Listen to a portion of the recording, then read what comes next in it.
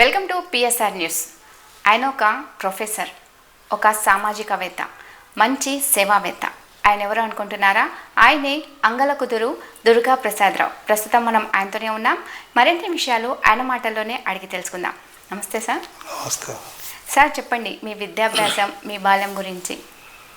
ముందుగా ఈరోజు నూతన సంవత్సరం కాబట్టి ఈ పిఎస్ఆర్ న్యూస్ ఛానల్ వారికి అలాగే ప్రేక్షకులకి ఇక్కడ ఉన్నటువంటి అందరికీ కూడా నూతన సంవత్సర శుభాకాంక్షలు తెలియజేసుకున్నాం. మాది యాక్చువల్గా కూచినపూడి అనేటటువంటి గ్రామం రేపల్ల పక్కన, అంటే మా సొంతూరు కూచినపూడి. నా ప్రాథమిక విద్య అంతా కూడా నంద్యాల దగ్గర ఉన్నటువంటి జీనేపల్లి గ్రామంలో జరిగింది. అక్కడ మా అమ్మమ్మ తాతయ్య వాళ్ళు పొలంగొని వ్యవసాయం చేస్తుండేవాళ్ళు, వాళ్ళ దగ్గరుండి చదివాం. మా సొంత ఊళ్ళో హై స్కూలు పూర్తి చేసాం. ఇంటర్మీడియట్ ఒంగోలులో చేశాను. తెనాలి విఎస్ఆర్లో డిగ్రీ చేసాం. ఆ తర్వాత ఆంధ్ర యూనివర్సిటీకి వెళ్ళి ఎంఎస్సి చదివాం. అక్కడే ఎంఫిల్ చేసాం, పిహెచ్డి చేసాం. అక్కడే 94లో డిపార్ట్మెంట్లో ముందు ఫ్యాకల్టీగా జాయిన్ అయ్యాం. అక్కడి నుంచి అక్కడే వర్క్ చేస్తూ ఉన్నాం. ఇప్పుడు ప్రొఫెసర్గా, బోర్డ్ ఆఫ్ స్టడీస్ చైర్మన్గా. ఈ మధ్యలో నెల్లూరు విక్రమసింహపురి యూనివర్సిటీ రిజిస్ట్రార్గా చేసాం 2018 నుంచి 19 వరకు. ఇది నా యొక్క professional service background. Okay sir, మీ కుటుంబం గురించి చెప్పగలరా?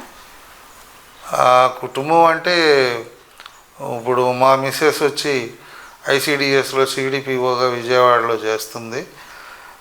మా ఇద్దరు అబ్బాయిలు, పెద్దవాడు ఎంబీఏ హాస్పిటల్ అడ్మినిస్ట్రేషన్ చేశాడు. ప్రస్తుతం హైదరాబాదు పీపుల్స్ హాస్పిటల్లో ఇంటర్న్షిప్ చేస్తున్నాడు. అంటే ప్రోగ్రాంలో ఇంటర్న్షిప్ లేదు, కానీ నేనే చదువు అయిపోయింది కానీ రియల్ టైం వర్క్ రావాలి, కనెక్టివిటీ ఉండాలి, ముందు పని నేర్చుకోమని అక్కడ చేర్చాం. రెండోవాడికి ఎంబీబీఎస్ అయిపోయింది. ప్రస్తుతం తను పీజీ కోసం ప్రిపేర్ అవుతున్నాడు. ఓకే సార్, మీరు ప్రొఫెసర్గా పనిచేస్తున్నారని చెప్పారు. అయితే ఎన్ని సంవత్సరాల నుండి ఈ ఫీల్డ్లో ఉన్నారు? 94లో ముందు లెక్చరర్గా జాయిన్ అయ్యాం, అంటే అసిస్టెంట్ ప్రొఫెసర్గా. అప్పటి నుంచి టీచింగ్లో ఉన్నాం. తర్వాత 2003లో అసోసియేట్ ప్రొఫెసర్ అయ్యాం. 2009లో ప్రొఫెసర్ అయ్యాం. ఈ మధ్యలో 1 ఇయర్ అడ్మినిస్ట్రేషన్కి వెళ్ళాం. ఇప్పుడు నా సర్వీస్ ఇంకా 28 జూలై వరకు ఉంది ప్రొఫెసర్గా. సార్, ప్రొఫెసర్ అంటేనే ఒక మంచి ఉన్నతమైన స్థానం. అంటే మనం ఎంతోమంది విద్యార్థుల్ని తీర్చిదిద్దగలిగే వాళ్ళం.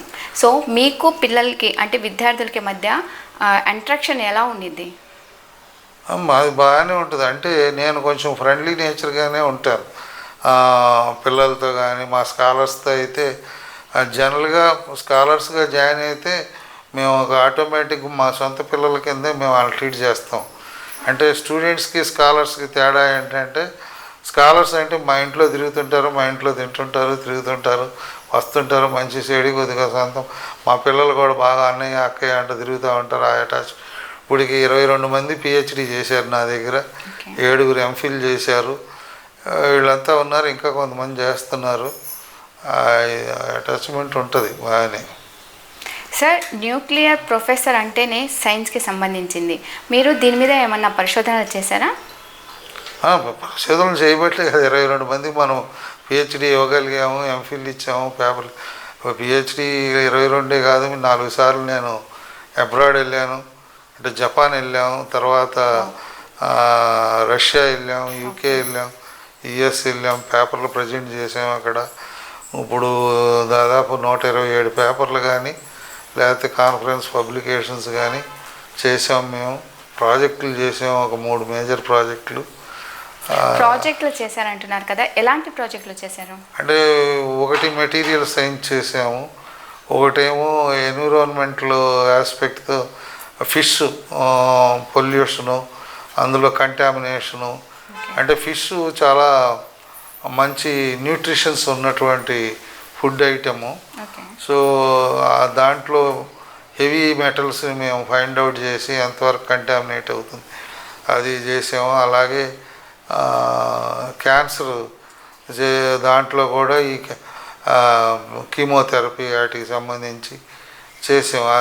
అట్లాగా కొలాబరేటివ్ వర్క్ ఉంటుంది. ఓకే, మీరు అంటే ఈ పరిశోధనలు చేశారని అంటున్నారు కదా, గవర్నమెంట్ ప్రభుత్వం మిమ్మల్ని గుర్తించిందా? అంటే ప్రభుత్వం గుర్తించటం అంటే ఆర్ఎండి స్పెసిఫిక్ యూనిట్స్ ఉంటాయి. జనరల్గా వాళ్ళు దగ్గర ఫ్రంట్ లైన్ ఆర్ఎండీలు కానీ అప్లికేషన్స్ కానీ జనరల్గా జరుగుతుంటాయి, వాళ్ళు చేస్తారు.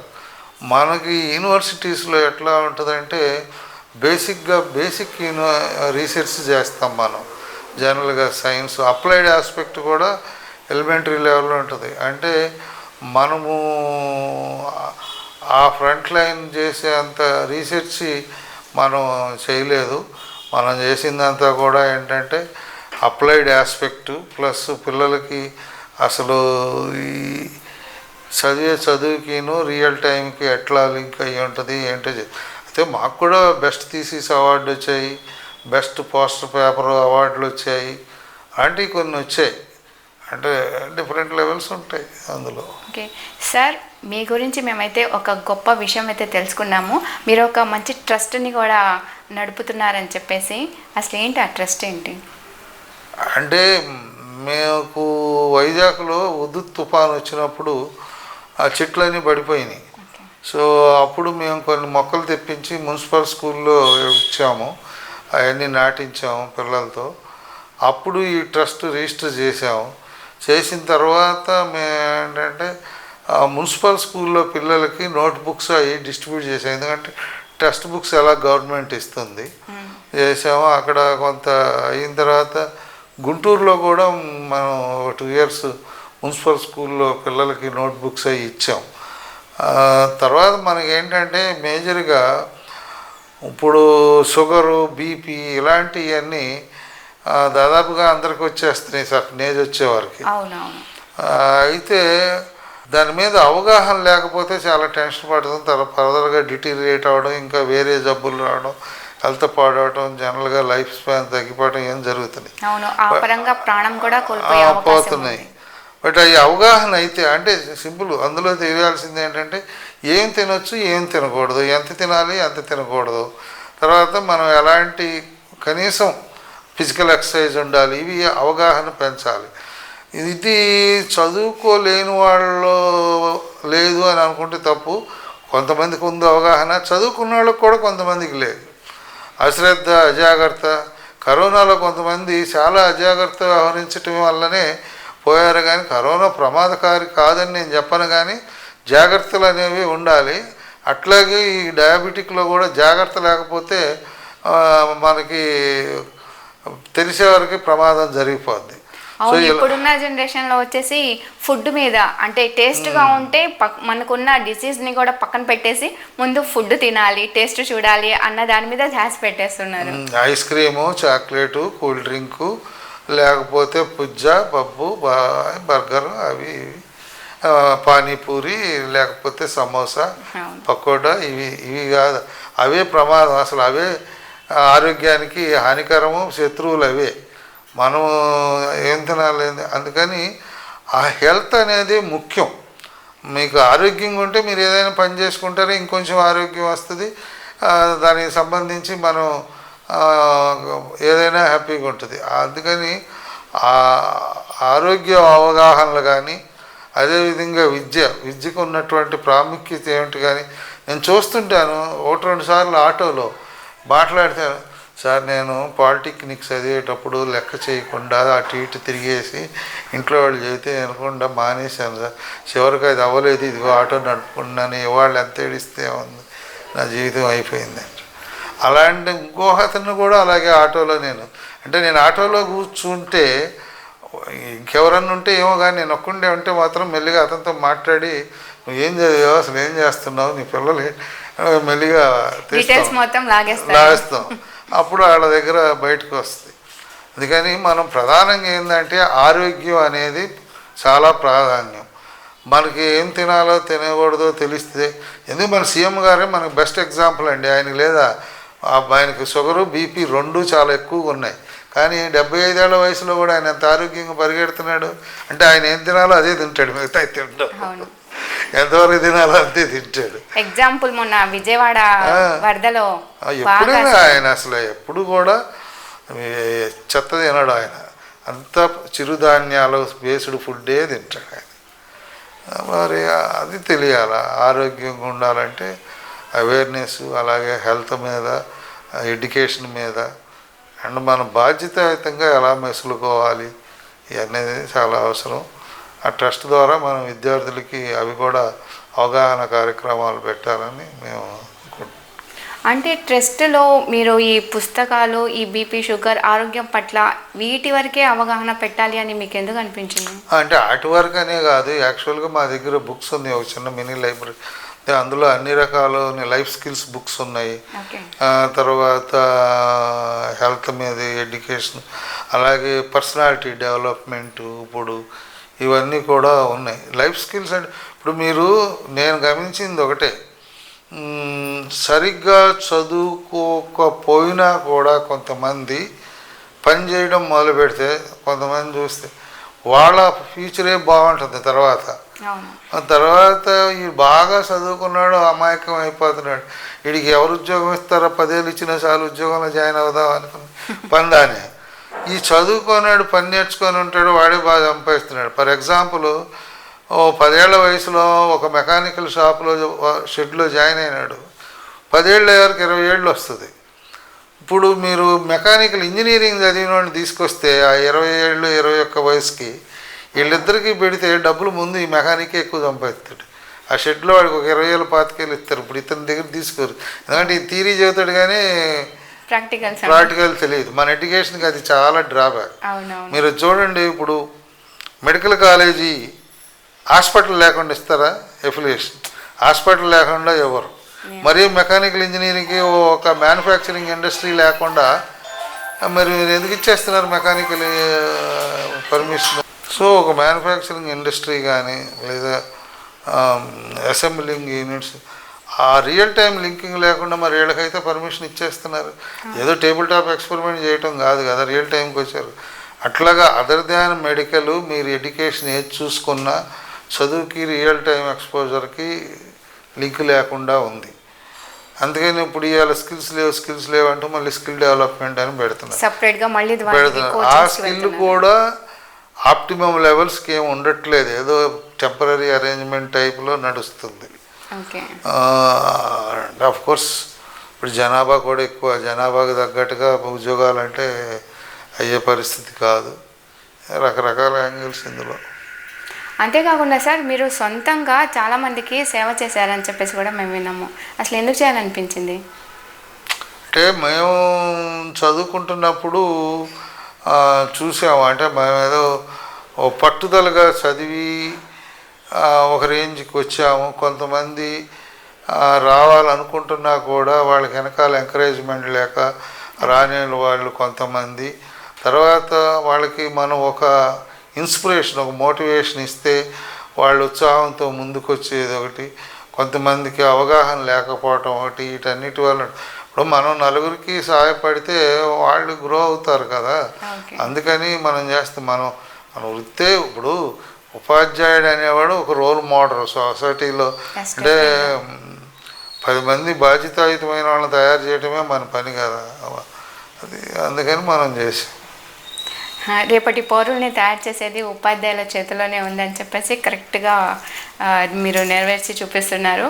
సో ఇంకోటి ఏంటంటే, మీరు రాజకీయం వైపు రావాలి అని అనుకుంటున్నారని చెప్పేసి మాకు తెలిసింది. అంటే ఇప్పుడు ఎట్లా ఉందంటే, పెద్ద రాజకీయం పేస్ అంతా మారిపోయింది. ఒకప్పుడు ఏంటంటే ఊళ్ళోకి ఒక రాజకీయ నాయకుడు వస్తే మా చింతనలో చూసాడు, ఆయన ఒక అంబాసిడర్ కారులో వచ్చేవాడు, ఆ 4 దిగేవాళ్ళు. ఆ ఊళ్ళో 10 మంది పోగైతే టకటక 1 గంటలో ఊరు తిరిగేసేవాళ్ళు, నమస్కారం పెట్టి వెళ్ళిపోయాడు. సర్పంచ్ గారు టీ పోతే టీ తాగేళ్ళు, అయితే అది కూడా లేదు. ఇప్పుడు దీనికి ఒక పెద్ద హంగామా, ప్రచారము, జనము, వాళ్ళకి రోజు కూలి, మళ్ళీ సాయంత్రానికి ఇవ్వాల్సిన అసలు అంతా డబ్బుమయం అయిపోయింది. ఇది సేవ కాదు, వ్యాపారంలా తయారైంది. అయితే ప్రతి రాజకీయ పార్టీ ఏం మాట్లాడతారు? యువత, మహిళ, విద్యావంతులు, శక్తి అందరూ వచ్చి ప్రజలకు సేవ చేయాలని. మరి మేము వస్తామని అడిగితే వెంటనే నువ్వు డబ్బులు ఎంత ఖర్చు పెడతావంట. డబ్బులు వీళ్ళ దగ్గర ఎక్కడ ఉంటాయి? అసలు డబ్బులు ఖర్చు పెట్టడం ఏంటి? సేవ చేయడానికి వచ్చి డబ్బులు ఖర్చు పెట్టాలంటే ఎక్కడ అవుద్ది? అంటే సిస్టమ్ అంతా కూడా అసంబద్ధమైపోయింది. మనీ మీద డిపెండ్ అయిపోయి ఉంది. ప్రజలు కూడా ఏంటంటే డబ్బులు ఇస్తే ఓట్లు వేస్తామంటే మరి రేపొద్దు నీకు పని ఎందుకు చేయాలా? ఇప్పుడు అలానే ఉంది సిచ్యువేషన్. నువ్వు ఓటు అమ్ముకున్నాడు, కొనుక్కున్నాడు, అయిపోయింది. రేపొద్దున మళ్ళీ మాకు అది లేదు ఇది లేదు, నువ్వు ఇది చేయలేదు అది చేయలేదు అంటే ఎందుకు చేయాలా? చేయాల్సిన అవసరం ఏముంది? ఎంత ఇస్తే నువ్వు చేస్తావు? అసలు ముందు ఓటుకి ఎంత ఇస్తారు అని అడుగుతున్నారు. అవును, ఇప్పుడు ఇచ్చాము వేసావు, ఇప్పుడు నీకు సేవ చేయాలి, నేను ఎంత ఇస్తే నువ్వు ఎంత ఇస్తావు నేను చేయడానికి అడగాలి కదా. ఇప్పుడు నేను రేషన్ కార్డు శాంక్షన్ చేయాలంటే ఎంత ఇస్తావని అడగాలి. ఇప్పుడు అదే జరుగుతుంది కూడా. మీరు అందుకే ఇప్పుడు ఏది చూసినా ప్రతిదానికి ఫార్మాలిటీ, ఏది చూసినా ఫార్మాలిటీ. అంటే దౌర్భాగ్యం ఏంటంటే ఉపాధ్యాయులకు ఫార్మాలిటీ ఉండదు. నేను 22 PhDలు ఇచ్చాను, నాకు ఎవడే ఫార్మాలిటీ ఇవ్వాలా? ఇస్తారు, ఒక ½ kg స్వీట్ ఇస్తారు సబ్మిషన్ రోజు, వైవా అయిన రోజు భోజనం పెట్టిస్తారు. అంతకు మించి మేము అడగము, వాళ్ళు ఎవరు. అది పద్ధతి కాదు, ధర్మం నైతికతగా ఉండాలని.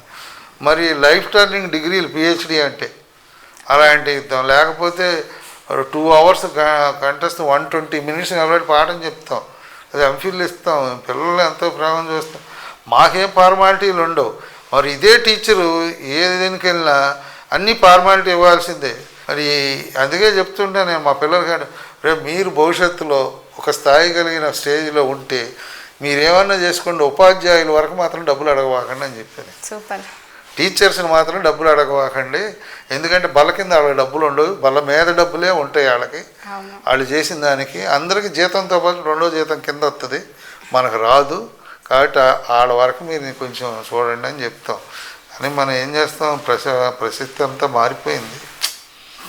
మీరు మామూలుగా రాజకీయాలకి రావాలనుకుంటే ఏ ప్రభుత్వం వైపు రావాలనుకుంటున్నారు? ఇప్పుడు అది పరిస్థితులను బట్టి ఉంటుందమ్మా. ఇప్పుడు ఆయా పరిణామాలను బట్టి ఉంటాయి. ఇప్పుడు నేను ఒకటి గమనించాను, MGR కానీ లేదా జ్యోతి బస్ కానీ, ఈవెన్ మొన్నటి వరకు నవీన్ పట్నాయక్ కూడా 4 సార్లు 5 సార్లు, వీళ్ళంతా మళ్ళీ ఎన్నికయ్యారంటే పార్టీ క్యాడర్ని సంతృప్తిగా ఉంచుకోన్నారు, సాటిస్ఫాక్షన్ వాళ్ళు, పబ్లిక్ను కూడా ఉంచుకున్నారు. కాబట్టి వాళ్ళు మళ్ళీ ఎన్నుకోబడ్డారు. మన దగ్గర మాత్రం అది జరగట్లా.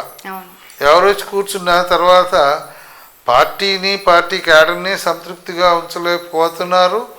అలా అని పబ్లిక్ కూడా మరి ఏమో తెలియదు, అంటే వ్యూహాత్మకం కొన్ని పరిణామాలు మార్పును బట్టి అదైతే మళ్ళీ రావట్లే. ఎందుకు రావట్లేదు అనేది మరి వాళ్ళు తెలుసుకోవాలి, స్టడీ చేయాలి.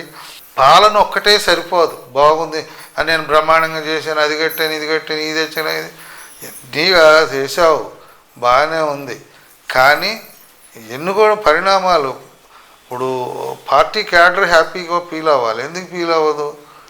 ఎక్స్పెక్టేషన్స్ ఎక్కువ ఉంటాయి. ఎక్కువ ఉంటాయి అన్నప్పుడు దాన్ని ఎలాగో సరిదిద్దుకొని సరి చేసుకొని రావాలి.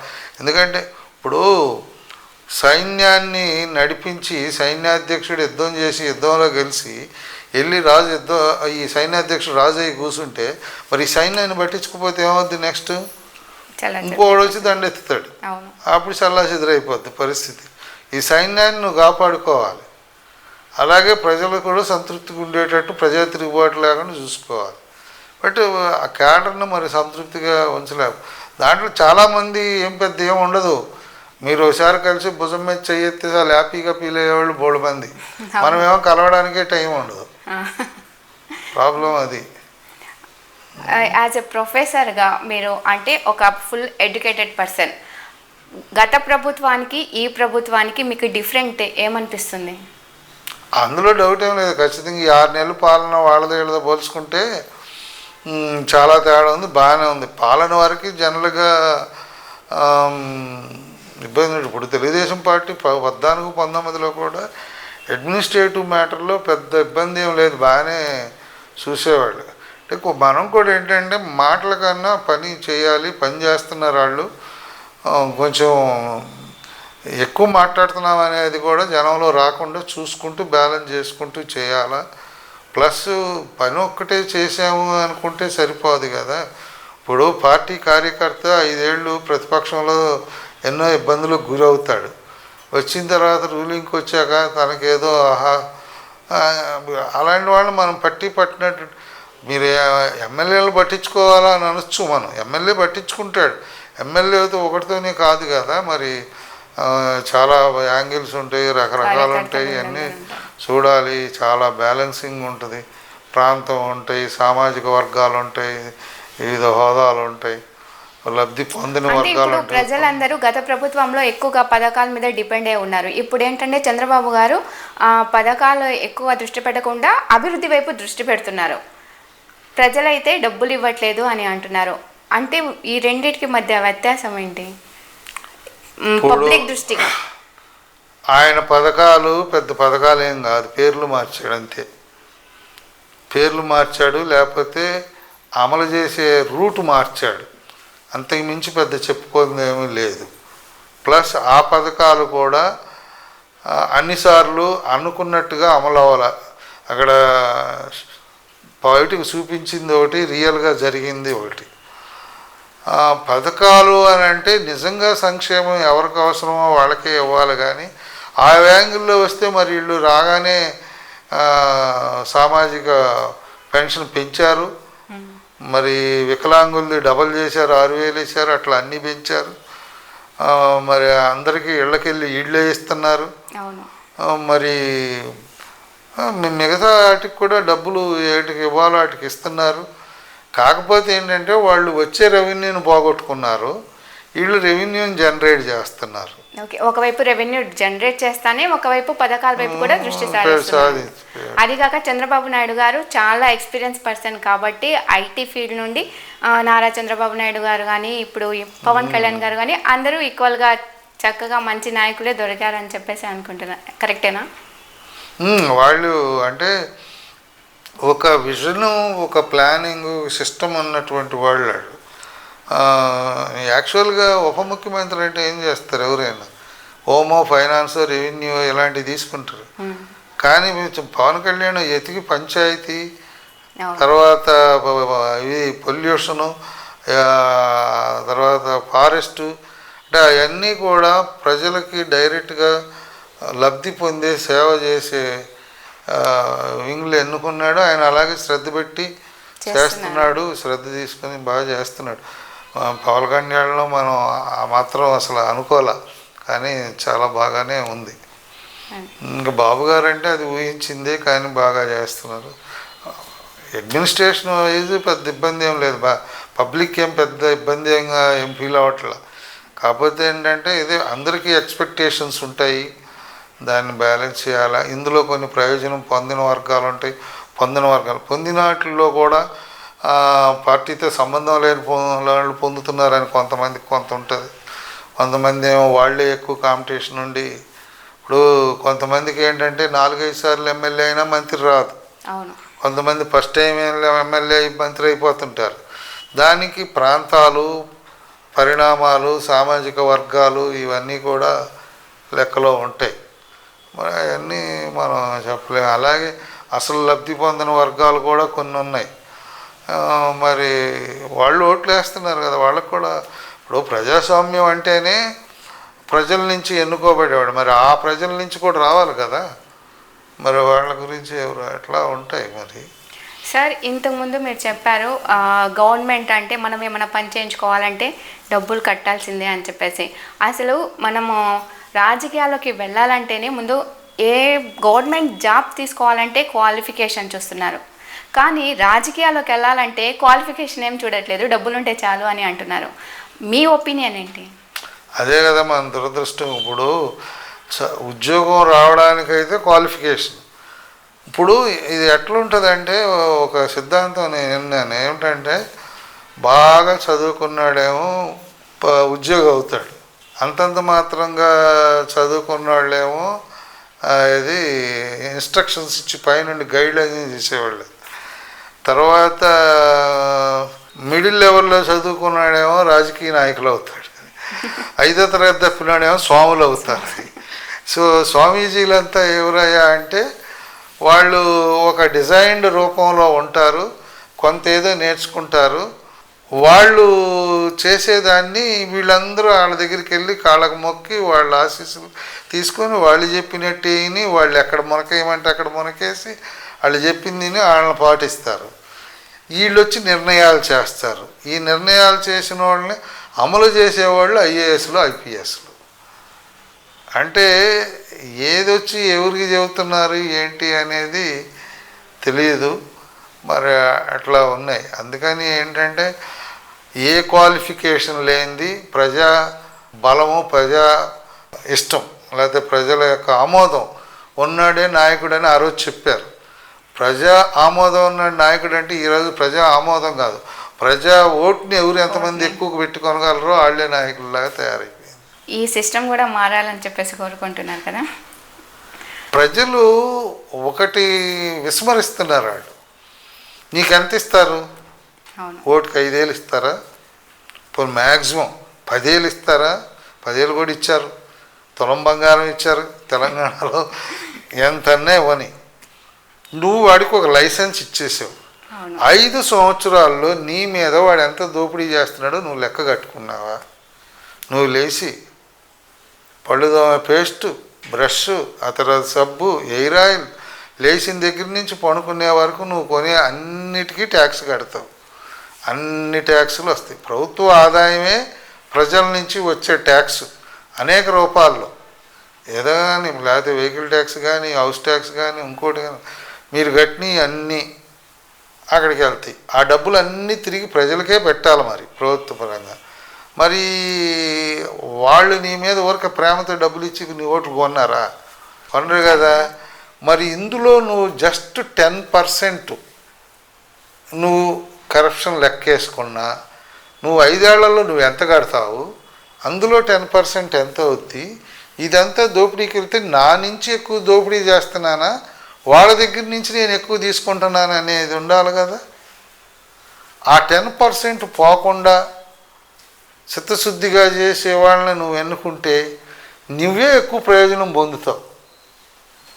ఇది నీవు వేసే ఓటు ఏముందిలే, నా ఒక్క ఓటు వల్ల ఏమవుద్దాను, ఇది నీ బిడ్డల భవిష్యత్తు. ఇప్పుడు ఎందుకు ఈ 5 ఏళ్ల గురించి ఇంత గందరగోళం అయిపోయారు మరి? అంటే ఇప్పుడు తెలిసింది నొప్పి. మా బిడ్డల జీవితం ఏమో, భవిష్యత్తు ఏమవుద్దో, రాష్ట్రం ఏమైపోద్దో, అసలు మేమేమవుతామో కొంతమంది అమ్మఒడి రాలేదు, ఫీజు రియంబర్స్మెంట్ రాలేదు అనే వాళ్ళ మీద పడుతుంది. ఎవడ సొమ్ము ఉందండి? ఎందుకు వస్తాయి అసలు? ఎందుకు ఇవ్వాలి నీకు? అమ్మఒడి ఏంటి?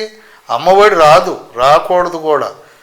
అది ఏంటంటే అంతకుముందు పిల్లలు చదువుకుంటుంటే చదువు మాన్పించేసి పనిలోకి తీసుకెళ్తున్నారని చెప్పి వీళ్ళకి అన్యాయంగా, ఎందుకంటే మాకు ఇల్లు గడవదు, మాకు డబ్బులు లేవు, పేదవాళ్ళమి, 4 ఉంటే పని చేసుకుంటే మాకు గడప గడుచుద్దని తీసుకెళ్తుంటే, అయితే మీ పిల్లోడికి అన్నం పెడతామని మధ్యాహ్న భోజనం వచ్చింది.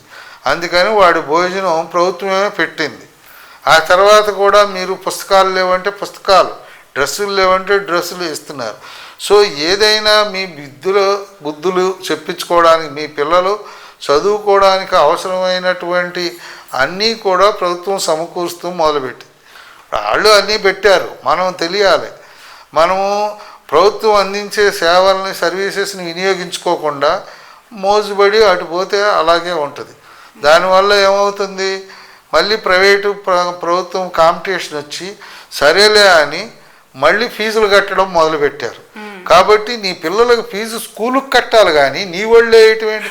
అది నీ ఒళ్ళో ఎత్తి నీ ఒళ్ళో నుంచి మీ ఆయన ఒళ్ళోకి వెళ్ళి మీ ఆయన నుంచి మందు షాపుకి వెళ్ళింది. మందు షాపులో పోనీ ఏమైనా డిజిటలైజేషన్ ఉందా? లేదు. అదేమైందో అందరికీ తెలుసు. అంటే విద్య కూడా కరప్షన్గా మారుతుంది, బాగా మారిపోయింది. అసలు డిగ్రీ కాలేజెస్లో కూడా ఫీజు అనేది స్కూల్కి, కాలేజీ మేనేజ్మెంట్కి కట్టాలి, కానీ ఆ డబ్బులు తీసుకొచ్చి మీరు వాళ్ళకి ఇస్తే వాళ్ళు ఫీజులే కట్టలేదు. చాలా స్కూళ్ళలో చాలామంది ఫీజులు కట్టకపోవడం వల్ల ఎడ్యుకేషన్ డిస్టర్బ్ అయిపోయి మళ్ళీ కాలేజీలు మానేయడం ఇవన్నీ జరిగి, అంటే పథకాన్ని ఎలా అమలు చేయాలో అలాగే అమలు చేస్తే అది ఏమన్నా ప్రయోజనం ఉంటుంది. ఇప్పుడు జయప్రకాష్ నారాయణ అన్నాడు ఒకసారి, ఇన్ని వేల కోట్లు మనం ఖర్చు పెడుతున్నాం ఎడ్యుకేషన్కి, ఎవరో ఖర్చు పెట్టినట్టుగా రిటర్న్ మనం ఎంత బెనిఫిట్ వస్తుంది, ఎంత పర్సెంటేజ్ క్వాలిటేటివ్గా ఎడ్యుకేషను కంప్లీట్ చేసి ప్రయోజనం పొందుతున్నారు అని అంటే అది ఏమీ కనిపించట్లేదు. మరి దీన్ని ఎట్లాగా, ఇది చాలా బాధాకరం. నిజమే కదా, మనం పబ్లిక్ ఫండ్ అంత ఖర్చు చేస్తున్నప్పుడు మరి రిజల్ట్ కనపడాలి కదా, అది జరగట్లా. ఇప్పుడు చాలా వాటిల్లో కూడా అంటే అసలు సోషియో ఎకనామికల్ సిస్టమ్ ఏంటి, పని చేసుకోలేని వాళ్ళకి, లేకపోతే రిక్వైర్మెంట్ ఉన్నవాడికి, ఆప్టిమమ్ లెవెల్ ఇన్కమ్ లేనివాడికి, బ్యాడ్లీ నీడ్ ఉన్నవాడికి ప్రభుత్వం సాయం చేసి వాడు అందుకునేడు. మనల్ని చెప్తులా చేపను పట్టుకోవడం నేర్పాలి కానీ చేపను తినటం కాదని. మన వాళ్ళని చేపను తినటమే నేర్పుతున్నారని పట్టుకోవడం నేర్పట్లేదు. ఇప్పుడు మనం చేసేదాని వల్ల పర్చేసింగ్ కెపాసిటీ పెరగాలి, క్వాలిటీ ఆఫ్ లైఫ్ పెరగాలి, ఇప్పటికి అవగాహన పెరగాలి. బట్ చేయట్లేదు. ఒక రకంగా చెప్పాలంటే ప్రజలు, రాజకీయము అందరూ కలిపి సమ్మిళితమై బాధ్యతారహితంగా ఉండి సమాజాన్ని నాశనం చేసుకుంటున్నారు. అది కరెక్ట్ కాదు. బాధ్యతగా ఉండాలి అందరూ. అందుకనే ఉపాధ్యాయులే ఎంతో నేనేదో శుద్ధం అని చెప్పకపోయినా బెటర్గానే ఉంటారు మిగతాతో పోల్చుకుంటే. ఎంతో కొంత వాళ్ళే మరి చెప్తాం మా పిల్లలకు కూడా మేము. కానీ మరి 25 ఏళ్ళలో భగత్ సింగ్ అవుతారు కానీ 55 ఏళ్ళు వచ్చారు భగత్ సింగ్ అక్కడ ఉండలేడు, ఉంచరు కూడా. అది పరిస్థితి. అంటే సార్ ఇప్పుడు వచ్చేసి రాజకీయంగా పరంగా చూసుకుంటే ఏ రాజకీయ నాయకులకి కూడా బిగ్ క్వాలిఫికేషన్ లేదు. అంటే మనం సేవ చేయడానికి ఇంట్రెస్ట్ ఉన్నా కానీ సేవ చేయడానికి రాలేకపోతున్నారు చాలామంది. అలాంటి వాళ్ళని ఏం చేయాలి, అంటే ఎలా తీసుకోవాలి అని? ఇప్పుడు జయప్రకాష్ నారాయణ గారు ఉన్నాడు. ఫస్ట్ టైం కష్టపడి తిరిగితే ఆయన ఎమ్మెల్యే అయ్యాడు. ఎంపీగా వచ్చే వరకు అవ్వలేదు, ఓడిపోయాడు. ఇంక తర్వాత మానేశాడు. జేడి లక్ష్మీనారాయణ గారు ఉన్నాడు, పోటీ చేశాడు, ఆయన ఓడిపోయాడు. అంటే నిజంగా ఒక ఇమేజ్ ఉన్నటువంటి పొలిటీషియన్స్, అంటే వాళ్ళు పొలిటీషియన్స్ కాదు, బ్యూరోక్రాట్స్ అనుకోండి. బ్యూరోక్రాట్స్ కూడా చేస్తారు. అంటే సేవ చేయగలిగే వాడిని మీరు పబ్లిక్ ఎన్నుకోవాలి. వాళ్ళు డబ్బులు ఇవ్వలేరు కూడా. ఒకవేళ ఉన్నా కూడా ఇవ్వరు. నేను కూడా చదువుతున్నాను కదా, నాకు ఇప్పుడు నేను 1 year రిజిస్టార్గా చేశానమ్మా 18-19 నెల్లూరు యూనివర్సిటీలో. నేను చేసిన 1 yearలో నేను చేసిన పనుల వల్ల ప్రభుత్వానికి కానీ పార్టీకి కానీ మంచి పేరే వచ్చింది కానీ చెడ్డ పేరు అయితే రాదు. చక్కగా చేసామన్నటువంటి ఇమేజ్ యూనివర్సిటీలో ఉంది, ఆ సిటీలో ఉంది. ఆ రికార్డు ఇప్పటికీ ఉంది నాకు. నేను చాలా పనులు అంటే పదవిని ఎంజాయ్మెంట్కి, అలంకారానికి చూసేవాళ్లే ఎక్కువ మంది. నేనేం ఫీల్ అవుతాను, నేనే కాదు సేవ చేయాలి. ఇప్పుడు ఇందాక నేను రెఫర్ చేసిన వాళ్ళందరూ కూడా చాలామంది అది అలంకారం కాదు, అది ఆల్రెడీ వాళ్ళందరూ అనుభవించిన వాళ్ళే. మేము కూడా అది కాదు, ప్రజలకు సేవ చేసి ఏదో ఒకటి మేలు జరగాలి.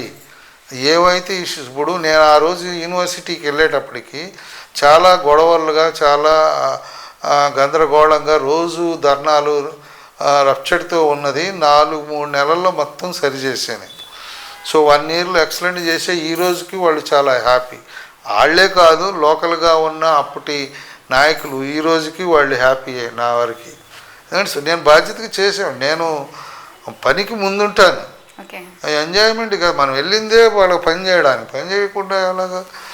ఈ క్రమంలో కొన్ని ఇబ్బందులు ఉంటాయి, అవి ఫేస్ చేయాలి. అలాగే కొంతమంది మన మీద పెత్తనం చేయడానికి చూస్తారు. సున్నితంగా అది కష్టమని చెప్పాలి, ఇబ్బంది అవ్వచ్చు. నేను ఒకసారి చెప్పాను కూడా, నా సెకండ్ ఇయర్ రెన్యువల్ గురించి నేను చూడట్లేదు, ఈ సంవత్సరం చక్కగా చేయడమే నేను ఆలోచిస్తున్నాను. అఫ్కోర్స్ ఆ ఇంపాక్ట్ నాకు కనపడింది సెకండ్ ఇయర్. అందుకే వాళ్ళు నేను కూడా వచ్చేసాను, ఎలాగో ఎలక్షన్స్ వస్తున్నాయి, ఇంకేముందిలే. అందుకని అవన్నీ ఉండాలి, పని చేయాలి మనం. ఓకే సార్, మీ అమూల్యమైన సమయాన్ని మా పిఎస్ఆర్ ప్రేక్షకుల కోసం కేటాయించినందుకు ధన్యవాదాలు. ధన్యవాదాలమ్మా. ఇది చూసాం కదా, ఒక ప్రొఫెసర్గా, ఒక సేవావేత్తగా, ఒక సైంటిస్ట్గా, అది కాకుండా ఒక ఎడ్యుకేటెడ్ పర్సన్గా సమాజం ఎలా ఉండాలి, సమాజం సేవ చేయడానికి ఎంతమంది ఆతృతంగా ఉన్నారో వాళ్ళని ఎలా తీసుకోవాలి అనేది ఆయన మాటలు తెలుసుకున్నాం కదా. మరొక ప్రోగ్రాంతో మళ్ళీ కలుద్దాం. అంతవరకు సెలవు, నమస్కారం.